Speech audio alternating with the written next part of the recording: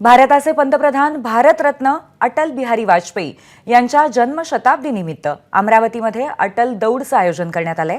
अटल दौड ही राज्यस्तरीय half marathon असते।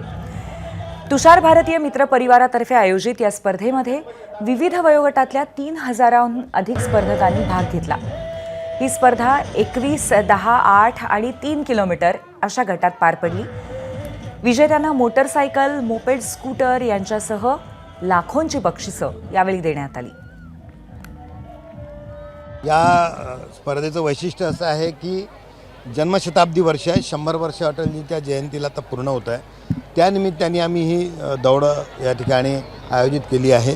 यावेळी या महाराष्ट्रातल्या जवळजवळ सर्व जिल्ह्यातलं प्रतिनिधित्व या ठिकाणी आलं आहे। जवळजवळ 3500 स्पर्धकांनी या ठिकाणी भाग घेतलेला आहे।